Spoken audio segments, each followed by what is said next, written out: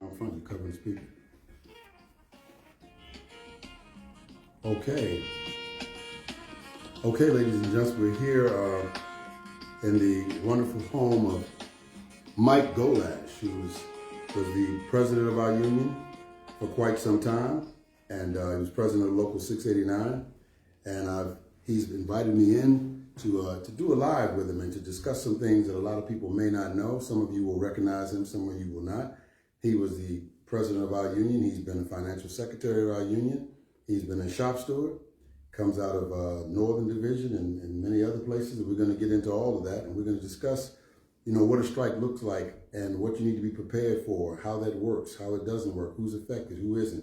A lot of questions I hear people talking about because I get a lot of people who, for the most part, they've gotten these jobs and they haven't worked in a union job before. So they're not, comfortable exactly with what a strike is, how it works. Do you get fired? Do you get your job back? What happens to my pension? What happens to my money? This, that, and the third. All these things are questions that we're going to have a chance to go through. So again, I want to take this opportunity to thank Mike Golash for allowing me to be here in his home, and to do this here. He's going to be, I think he's the third presidential individual that I've had on the program. I've had Brother Hicks on. I've had Sister Jackie Jeter has been on.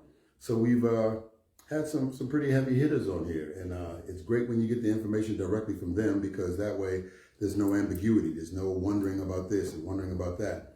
I'm sure there'll be a lot of people who may want to tune into this today. And most of the time I normally don't, wave folks out and do all that kind of stuff because I just can't. But for the most part, I'm trying to get to the information at hand. I realize it's a Sunday and people have other things to do. This one may be a little lengthy. You may have to check it out in parts and portions, but I'm asking you to try and repost it so that others can get the information as well. Prayerfully, you can hear us all well. Mike, welcome to today's Union Issues. Thank you so much for showing up today. Well, I'm glad to be here. Okay, so I'm assuming that you all can hear Mike well and hear myself well also.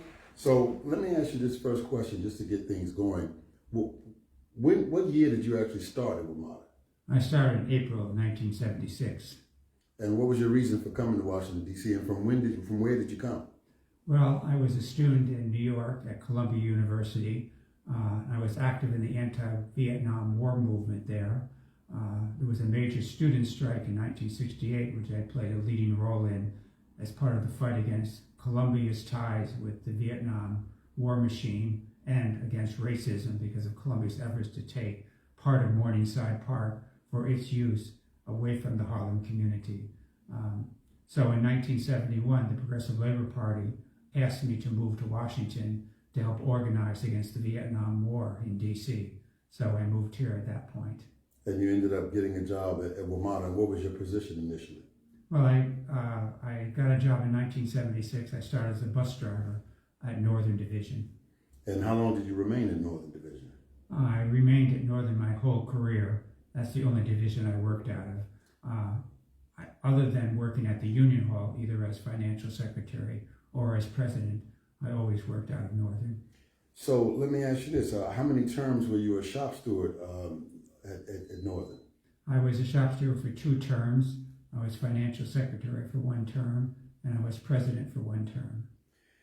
So I want to ask you something. What was it that really motivated you to run for president initially? I mean, at some moment you've been on the board, you've seen some things, you've been a shop steward, some things you like, some things you don't. Many people go through that, and there's always somebody patting you on the back telling you you're doing a good job. Hey man, you ought to run for this, run for that. What was it that made you say, you know what, I think it's time I run for this? Well, there were 2 issues that I was mainly concerned with while I was financial secretary. One was the proper funding of the pension system. Metro had gone for 5 or 6 years at that point without making any contributions to the pension system, and I felt this was endangering the stability of our pension for future generations.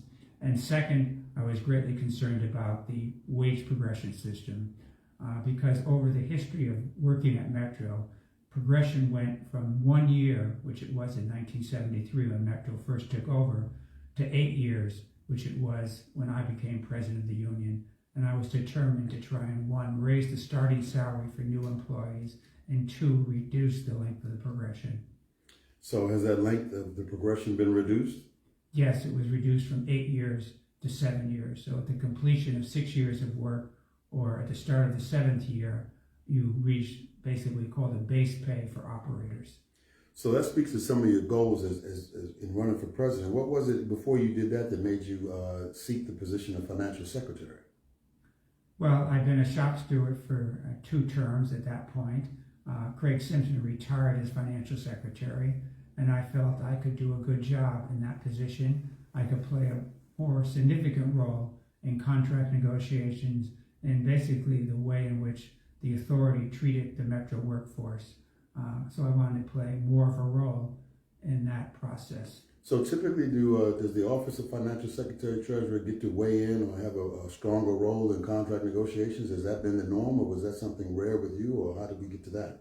No, that's pretty much a normal practice. As a financial secretary, you're a trustee of the pension fund, you're a trustee of the health and welfare fund, and you're also normally one of the negotiators on contracts. I remember very clearly, Mike, that you were the president who was in charge at the time. We used to, as bus operators, a lot of times people wanted to go down to stations and become a station manager. And I remember some of the guys who had a lot of seniority at the time, they didn't want to go because there was a 5% difference. You actually didn't make the same money dime for dollar working the stations that you made driving the bus. So a lot of people who have been hired since then, many years have gone by, they think that that's just the norm. Like most young people, when something's already set up, you don't know who to thank, you know how it came to be, you just feel like, oh, it's always been that way. And it has not always been that way. It was under your regime that you got that changed. How difficult was it to get them to decide to pay them equilaterally? Well, it was somewhat difficult. I've made the argument that it was really not a good idea to make senior employees who wanted to become station managers after dedicating maybe 10 or 15, 20 years working as a bus operator or a train operator to take a pay cut to make that type of move. So basically, based on that, I was able to convince the authority that we should make a change. But also in conjunction, it was the question of customer service issues. They agreed to the increase in pay to 100%, but we also had to agree that an employee had to have a fairly decent customer service record, i.e. not very many complaints about the way he treated his passengers. So I thought that was a reasonable deal to make. So let me ask you this: when you were, and it's always been interesting to me. Like I said, so many of you all don't know the history, and I'm going to be very honest with you. Many of the questions that I'll be putting to our guest today, I do already know the answers to because I am an executive board member. I've been doing it for a while. I've never been president or anything, so certain things I don't know. But a lot of the questions that he's going to be fielding are things that I want people to hear the information from another source. It's not just so much of the information, but sometimes when you get the same information from the same source all the time, once you begin to question that source, you begin to question everything they ever said to you. So you want to get it from a different individual. You and Jackie Jeter worked together. She was the financial secretary treasurer while you were the president. Did you find that to be a good situation? Because you had previously been a financial secretary treasurer. And a lot of people will say it makes a great, strong president when you've had that position, because you understand the financial workings of things more intimately than a person that's kind of standing back. So how did that work out initially? I mean, there was no problem. I mean, Jackie did her job as financial secretary fairly adequately. We had quite a bit of number of issues around dues collection and the computer program we had for doing that. So I had to help quite a bit to straighten that out. But other than that, things were pretty smooth. Excellent. I've always been interested in how the transfer of power goes. We've had some problems here in America lately with transfer of power issues, i.e. what went on with the last Trump situation as one comes in and one goes out. I've always heard some, tales about, what was left for the next regime to work with. Sometimes when people are running for a position against one another, we're not always ready to settle down and accept the situation and the outcome immediately. So one day you're the president, a month or so later you're turning over the keys to somebody else. It can be just the keys, but it's always better when you have somebody who's working with you and can explain some of the ins and outs and do's and don'ts. So I'm glad that you all were able to work together cohesively. I remember that. Like I said, I remember when she was the financial secretary treasurer. One of the main topics of this particular show, and I tried not to scare people, but I did want to put some articles out there, some information out there that people needed to know about the ability of going on strike, what the chances are of that. And anybody who knows anything about this gentleman here, Mr. Golash, he will tell you he has always preached the message, as far as I can remember, of being strike ready. Not necessarily going on strike, but being strike ready. And sometimes, like I said, you keep a shotgun in your house well loaded. You don't know if anybody's ever coming to rob your house. But if they make the selection to come to your house because you're ready for them, they're normally unprepared and scared off. So sometimes being strike ready is more so just that. But it does come a time when that may be something that we may need to look at. So we've had a few strikes over the years, and I'll let Mike first give you the definition. Give them the definition, if you will, brother, of a wildcat strike. Well, a wildcat strike is one that's not authorized by the union. And when you have a strike that's not authorized by the union, those who participate can be what? Well, depending on how effective the strike is. If the strike is 100% effective, and basically one of your demands in this strike is that no one will be disciplined because of it, then nothing happens to people. If the strike is not all that strong and people go back to work without that type of agreement, then some people can be terminated. In the 1978 strike over worker safety following the rape of a woman, or an attempted rape of a woman out of Southeast Division, we had a meeting with Jerry Moore, who was the chairman of the Metro Board at Northern Division. He came up to talk to us, and we made the point to him, if you want us to go back to work tomorrow, like you've asked us to, you've got to agree that no one's going to be disciplined because of this action. And he said, okay, you go back to work tomorrow, there will be no discipline of people because of this wildcat strike. So it depends on how strong you are and what type of commitments you can get from management in the course of the strike as to what happens to employees following it. Now, there was another strike that went on, I believe, that you also were a member in. I believe it began over on M Street, my own garage, and you all up at 14th Street got wind of it and circled the wagons and supported in solidarity. Can you tell us how that played out and why? Well, that's the strike. That's the moment. That's one I just referred to, right? A woman was assaulted, driver, working out of Southeast Division. William Campbell, who was an active member of the local ACT Southeast, basically convinced the drivers there that they should respond to that by shutting down the division until Metro made some promises to provide better safety for our drivers, particularly at night. So we heard word of that early that morning, and drivers at Northern decided to participate in the strike, and we walked out also. And I believe most of the divisions, if not all of them, participated to a certain extent in that strike. But because at Northern it was pretty much 100% out of work, I guess for that reason Jerry Moore, who was the chairman of the Metro Board at that time, and also his church was located there at 16th and Buchanan Street, he came over to Northern to calm us down. But we made it clear to him that he had agreed to make some provisions for better driver safety and not to discipline anybody as a result of the strike. And he agreed to both of those demands. And so based on that, we said we'd go back to work the next day. And so in that, do you feel, in your definition, that that was a successful strike? Yes, it was successful. As a result of that, we had the phones on the buses. Before that, there were no phones. If you had a problem, you had to look around for a payphone to communicate with Bus Central. So, I mean, again, it's easy for us to look at these things and kind of find levity in it because it's such an automatic thing now. You get on the bus and there's a phone on there. But I do remember the times that they weren't. I wasn't working here at the time my father was operating. And I do remember that there were times like that when there's no phone.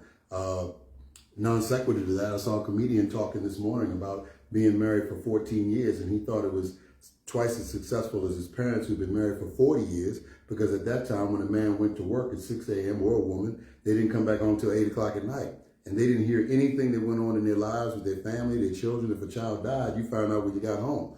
So that's because we didn't have the advent of cell phones and things of that nature. So again, today we look at having the buses, the phones on the buses, which you're still at a percentage rate, which I won't quote publicly as to how well they work or don't. but you still have that chance of the bus radio may not be working, so you may have to use a phone. But it's interesting to hear how these gentlemen went about and women went about making this an affordability for us today. So of the strikes that you know of, and I know this for a fact, there were some who were terminated, and you, sir, were one of them. Can you tell us how that played out and how you regained your membership? Well, you want the story of the 1978 strike over the cost of living raise? I do. Okay. Because I want the membership to know. All right. Well, it began really in 1976. In 1976, our contract expired on April 30th. We were due a cost of living raise on July 1st. And we expected that cost of living raise. July 1st came and Metro announced they were not paying the cost of living raise until the contract was settled. How management of you?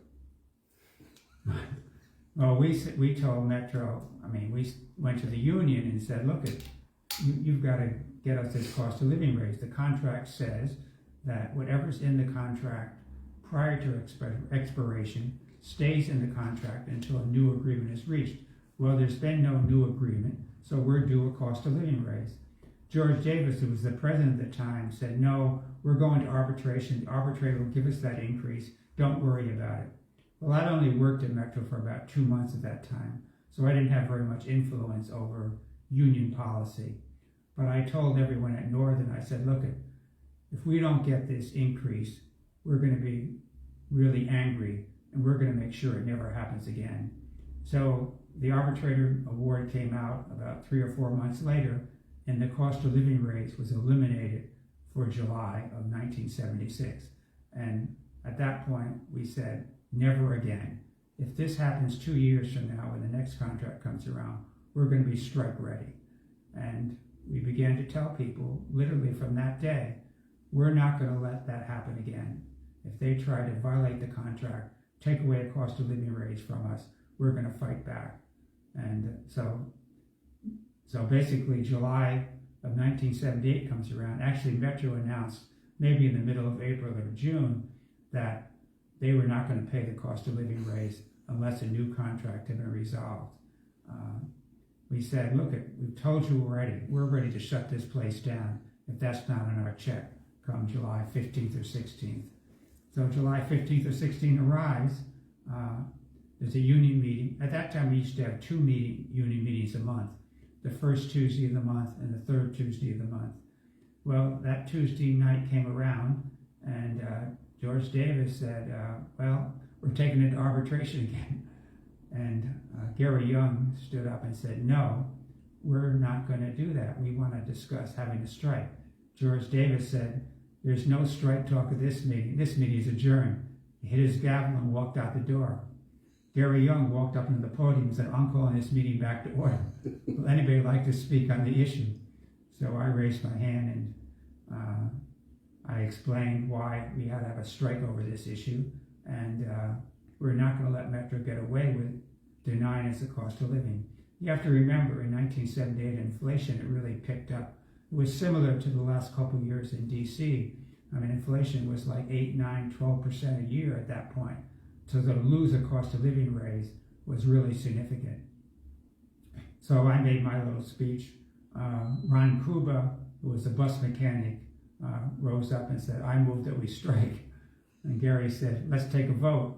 And the vote was pretty much unanimous. Everyone said, we're walking out. So let's be clear, this had been done after the president had exited the meeting. Self-evicted himself of the meeting? Right. So the meeting... You just going to have your own meeting anyway. Right. We had our own meeting and we voted to strike. I don't condone that, but... So we walked outside the Union Hall. I called the Washington Post. I pretended it was George Davis, and I said, come on down here and find out what's going on. So the Washington Post sent a reporter over. They couldn't find George Davis, but interviewed a number of people there. And so the headline on the Wednesday morning paper was, Metro workers vote to strike. So that's the way we got the word out to everybody that we were getting ready to strike. So that day, a number of bus mechanics, particularly at Bladensburg shop, walked out immediately, although the plan wasn't really to go out on strike until the next day because we wanted to get the word out to everybody. Well, Metro made a big mistake because they immediately fired everyone at Bladensburg shop. Now, I don't know if you know the history of Bladensburg Shop, but it's really the center of the most senior bus mechanics. That's where they did major overhaul work, rebuilt buses. So you're basically firing everybody with 25 or 30 years of seniority. That created a tremendous amount of anger among the whole workforce. So we had a meeting that evening at RFK Stadium and reaffirmed our decision to walk out. And so now it's Thursday morning, and So wait, can I ask why the meeting wasn't held to reaffirm this strike at the Union Hall with the doors locked? well, first of all, the Union Hall was not big enough to hold what we expected for a crowd. So we had it at RFK Stadium, Okay. and probably close to 1,000 people showed up at RFK Stadium that evening to reaffirm what they heard about from the Washington Post article and from talk of the various divisions around the system. So was anyone terminated from that? Well, yes. Okay, so we went on strike. The strike lasted 6 days. There was an injunction against the strike. Metro identified 4 or 5 people they considered to be the leaders of the strike. You being one. Myself, Gary Young, who was a track walker, Eugene Ray, who was a bus driver out of 4 Mile Division, and George Goodwin, who was another track walker. They held us in contempt of, well, they didn't, they subpoenaed us to court.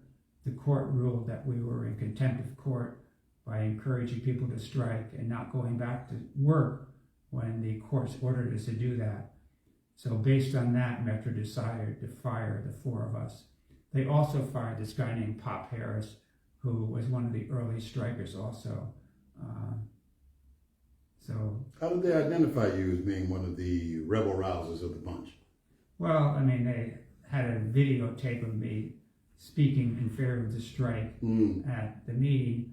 I also think Rodney Richmond, who was the financial secretary at the time, told them that I was a bad apple and they should get rid of me.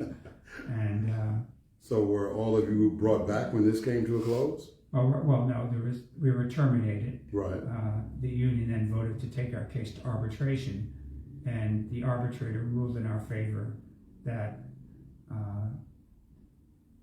while it was justified to discipline us, because Metro had not disciplined people after the strike we had in over safety, Metro had more or less sent the message out that strikes were serious business, but they did not result in termination.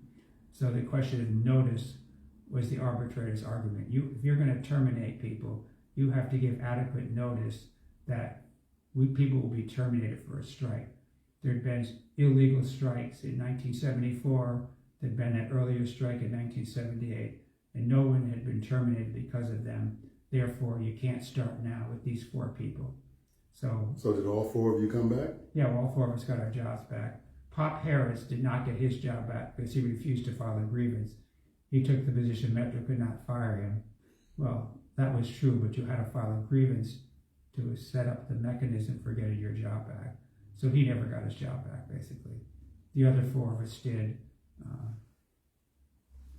And the gentleman who was the president while all of this went on, this whole kerfuffle, did he remain president after that? Well, he remained president for the remainder of his term.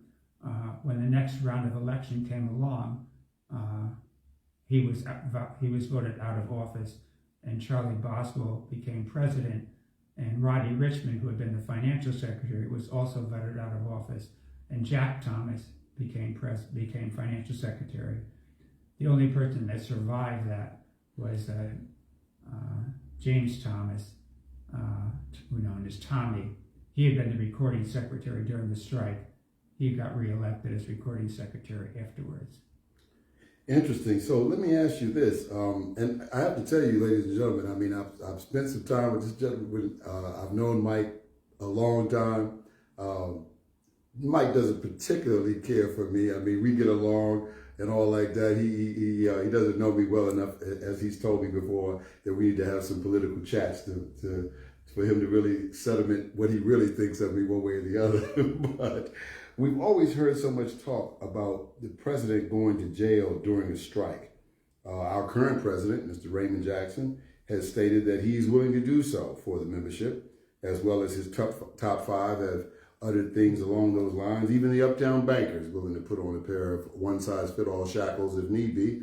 So my question to you is, what is that process? How is it that the president or the top five and then executive board members following that end up going to jail over strike? How does that play out?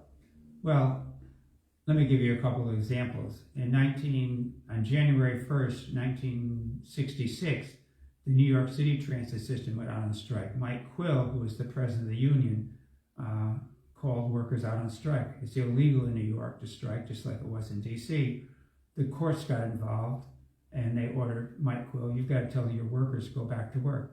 I wanted to say what Mike Quill said, but the essence was, we're not going back to work.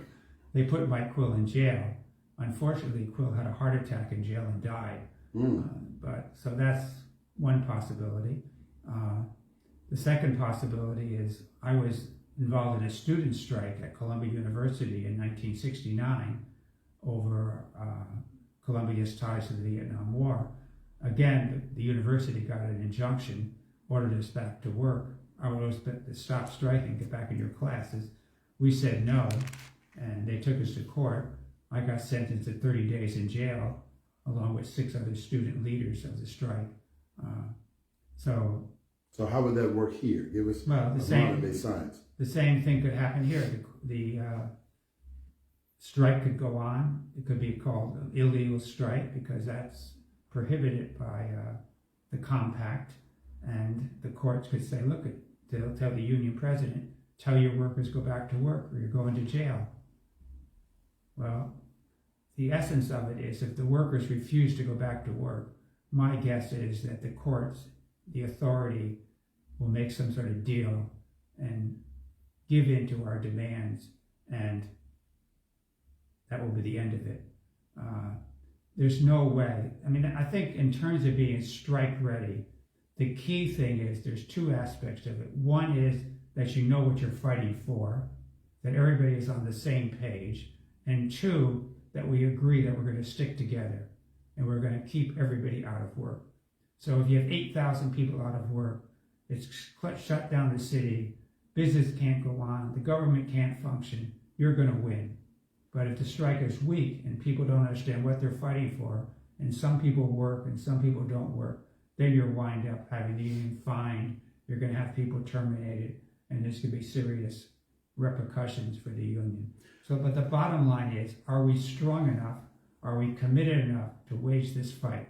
Because as long as we stick together, we have the upper hand. You're not going to replace 3,000 bus drivers with CDLs overnight. You're not going to replace 1,000 bus or rail mechanics. You're not going to train 800 train operators in any reasonable time to operate this system. So we have the upper hand, but it's our unity and our determination which determines whether we win or lose.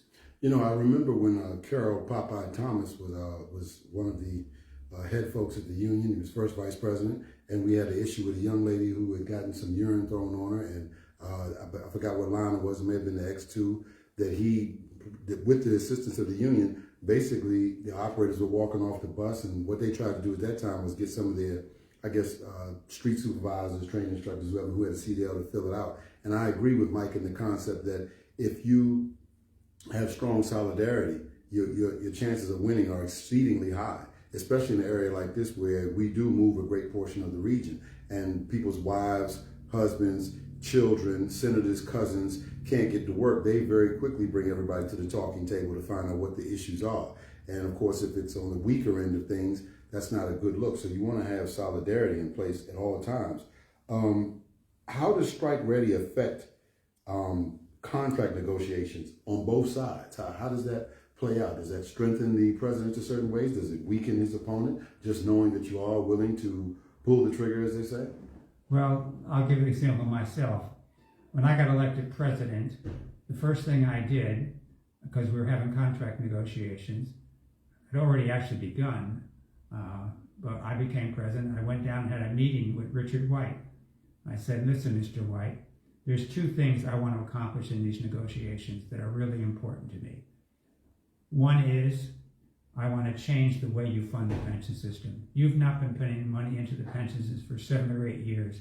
That's got to stop. You've got to agree to a new formula for funding the pension system. Two, I think the wage progression of 8 years has to be improved on. I don't expect it to go back to 2 or 3 years or 1 year like it was when Metro first took over in 1973. But I want some concessions on wage progression. If we can work out a deal on those two issues, I think we can have a contract settlement. If not, you're going to have serious problems. So Richard White knew that I led the 1978 strike. He knew I've always been willing to go strike ready. So he said, okay, we can make a deal.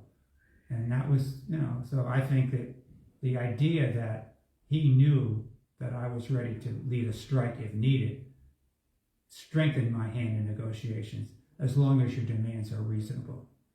So let me ask you this. The term strike ready gets used so very often. Like I said, a lot of people who work in these positions now, they came from other lines of work, or they, not quite old enough to have been involved in other unions and things of that nature. So they really don't, they're learning how a union works as it is. So they definitely have no reference point for a strike or being strike ready. I discussed with some individuals who thought that a strike meant that they were to sit home and catch up on television or whatever they've been watching. And that's not the way it was supposed to work. I don't know what I was trained and taught, but could you tell them what are the expectations of a worker who's out on strike by their union? Well, workers out on strike should be at his work location on the picket line with his other workers, expressing solidarity and letting people know we're fighting this battle to win, and that the press will be there, the TV stations will be there, etc. And we want to let them know that we are solid. We have a couple of demands which we think are really important, and unless the authority addresses those issues, we're not going back to work, basically. So we expect you to be out there on the picket line. So I guess you would be there, let's say if you had an early straight, that's when you'd be there. If you got a midday, that's when you'd be there. If you had a jumper, whatever times of day you would have been at work is the same times that they would be expecting to see you out on the strike lines, if not more than that, but definitely throughout those times. So it's not a matter of, crossing your legs and catching up on Andy Griffith or anything like that, or tickling fellow coworkers going around. It's about not hanging out at the pool hall talking with them or wherever you go. It's about coming out to that strike line, spending your time there. That's always been something that I thought was interesting, because a lot of people feel that it's not that. What is the exact process on the union side? What is the union process of annotating or calling a strike? What are the steps that need to be taken? Again, I know these answers, but I want you to hear them from them. Well, you have a union meeting. I would say if we were going to have a strike, we would have a special meeting of the union, which means you would try and have, insist that everybody in the union be there to take a vote. And there would be a vote. And if the union voted to go on strike, first of all, you would send a message to the authority. We have voted to strike. Are you willing to sit down and negotiate some of our differences to prevent a strike from happening? If they took you seriously, which hopefully they would, maybe we could sit down right there and negotiate a deal and end the possibility of a strike. If not, if Metro says, screw you, we're going to go to court and prevent a strike from happening, we say, well, judges don't drive buses, so I don't think that's going to work. We would then tell the membership on such a day, starting at midnight, there'll be no work, no one coming to work, and there'll be picket lines set up at all the work locations, all the divisions, and we're going to stay out until we reach some sort of deal on our contract issues. One thing I often hear when we have the discussion on strikes, many of the disciplines that get mentioned are things like bus operators, train operators, mechanics. But many times we seem to leave out and forget our other 689 members who work in different departments, i.e. they may be clerks, they may be someone working in payroll, they may be people who do other things. Everyone is not just, because like I said, it's about the education moment, because a lot of people feel like, oh, a strike is just all the bus operators walk out, or all the train operators, or all the mechanics, or everybody from operations that affects the public from what you see on a day-to-day basis. No, it's supposed to be every single person that's walking around saying that they're a member of Local 689, regardless of their discipline, halting their job duties. Is that correct or incorrect? That's correct. Okay. Mike's a fantastic conversationalist. Mike, let me ask you this. Do you foresee, given the fact that there is some talk that maybe some of the people at the bargaining table right now may not be as willing to work together as we'd like to see, But given that and some of the other things that are coming up, do you foresee in the near future an opportunity or a chance that 689 would go on strike? And let me clarify that statement, because I've been in the break room. I've said it many times with people. Hey man, you know we on strike today? That's us on TV. They're like, nah, that's Dash or somebody, isn't it? Like, nah, bro, they wearing a 689 baseball cap or a winter cap or whatever. Those are union members as much as we are. But many times when we're not speaking of WMATA, if it's some of the paratransits or people who have recently been acquired, they don't feel like it's them, like they're not your brothers and sisters. They are. And we have a lot of mixed families nowadays. So you can imagine if you've got a brother or sister that you're calling a stepbrother or sister, somebody hit them in the head with a bat, you don't watch them get beat up and say, well, that's my stepbrother. You go out there because that's your brother. So again, or your sister. So with these, paratransits and other groups that we've taken on, and a general manager who may not be as willing to commit to the type of talk we'd like to have, do you see the propensity for something like that to go on in the nearest of our future? You're asking me, do I think a strike is going to happen? Not so much going to happen, but do you see that there's a large sense of that looming, that may be what it comes to? We've had a lot of contract negotiations that haven't gone well. Jackie sat in on some, and we ended up coming out with some decent things. Like you said, you had to put the metal and let a couple of them know, listen, it's going to be this or we're going to do that. So we've had some bumpy talks before, but at some point, bumpy talks turn into bumpy knuckles. Right. Well, I mean, basically, my understanding of the current status of negotiations, Randy Clark, the new general manager, is leaning to sending the contract to arbitration and not resolving it through negotiations. So making the union strike ready is a way of putting leverage on Randy to take us more seriously. And to look at the history of arbitration. In 1976, we had arbitration over the cost of living raise. Metro got a little bit of concessions, but really not much. In 1978, they went back to arbitration again on the cost of living, and Metro got nothing out of that. In 1980, they went back again on the cost of living raises, and Metro got nothing out of that. So finally, Metro said, okay, look, let's try and work out a deal. We don't like this cost of living raise. Is there some way that we can work something out? James Thomas says, yes, there is. Right now, we're putting 6 or 7% of our wages into the pension fund. If you agree to pay the full cost of pensions, we will give up the cost of living raises and take just annual increases based on what we can negotiate. So a deal was struck. There was no arbitration. We stopped paying into the pension fund. We didn't get a raise at all that year, 1983. And then in 1984 and 1985, we got 6.5% raises each year. So it was possible to work out a deal. In 2008, when Jackie first became president, we had a big dispute over our wage increase and the issue of retiree health insurance. Rather than trying to work out a deal, it went to arbitration. The arbitrator came up with a deal which no one liked. The authority didn't like it because they thought our wage increase was too much. We didn't like it because they took away retiree health insurance. I told Tom Roth at the time, so look, just go back to Metro and say, look, we'll give up some of that wage increase if you'll leave retiree health insurance alone. I think it would have been in the interest of both parties to do that rather than to take an arbitration award, which no one liked. So, I mean, arbitration just often winds up with a deal that neither party likes and just poisons the relationship between labor and management going forward. So whenever possible, and I think it's almost always possible, if you use a little bit of leverage to work out a reasonable deal, I think it's possible in this round of negotiations to work out a reasonable deal. And to me, a reasonable deal is we take a 1-year wage freeze and Metro restores retiree health insurance. And we put a freeze on the cost of living for that time period. Interesting idea. I'm sure there are some that would applaud that, and others you may be wiping egg off your face over the concept, because some people, they're more into the immediacy, the quick payoff, microwave generation. They want their raise right now, here on the spot. They may not realize that down the line, they will eventually be, if they're lucky, in this position that this young man is. They're going to grow older, they're going to retire, there are going to be benefits and things that they're going to need. In a discussion that I shared, with the president, that I've said before, it's not a secret that this young man that they brought on is not like some of the elders that they brought on, like a Richard Sorrells or some of the other ones that came in who were closer to the end of their career. had already amassed a nice fortune and could go on to do something else if needed. You've got a young man with enough hair on his head to make a part in any direction, ambitious. He's gotten here to the point he probably has no intentions of leaving anytime soon, so he's going to do what needs to be done to maintain that position.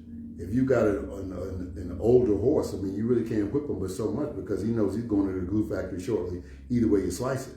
But if you got a younger horse, he may bite, he may kick, he may fight. He's a maverick. He's going to give you a lot more push. So that may be one of the things that we may be dealing with now as a person who has an ambition in front of them, some pressure behind them. But we always have to find a way to try to mitigate the damage to both sides because, like you said, they're really necessary adversaries. At some point, whatever goes on the worker side is going to affect the management and the running of the company. So, like you said, what exactly to the household penny does Strike Ready look like to you? Because, like I said, in his era, they had people who were building bomb shelters in the backyard and things of that nature. But nowadays, it may mean something like maybe you don't get a new car this year. You wait another couple of months until a contract is fortified and you know what your pay is going to be for the next 3 years. It may look like you bought a new house and you want to get the basement redone. It's going to cost a couple grand. You may want to wait a little while until that gets done. Anything that could be financially risky or costly, you may want to second guess because, again, some of the things he was saying about being strike ready. A lot of people don't always have the money just to set aside, so you have to create interesting ways to do that. So that's why I was asking you for the average household.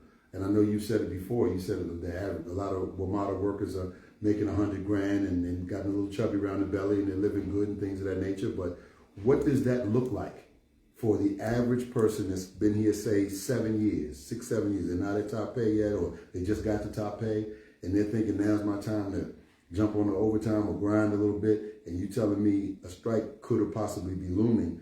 How do they get strike ready? What does that look like in decimal point fashion? Well, like I said earlier, the key to a successful strike is having everybody on the same page. We're in a key industry. We're in an essential industry. We're in an industry which the city cannot do without for an extended period of time. So a strike at Metro is not like an automobile strike or a coal miner strike, which, there's other automobile manufacturers, other coal sources, there's other, grocery stores, there's other department stores that people can go to. So a strike can drag on for an extended period of time. But in an essential industry where you need that service every day, if a strike is unified and people are together, it will not last very long.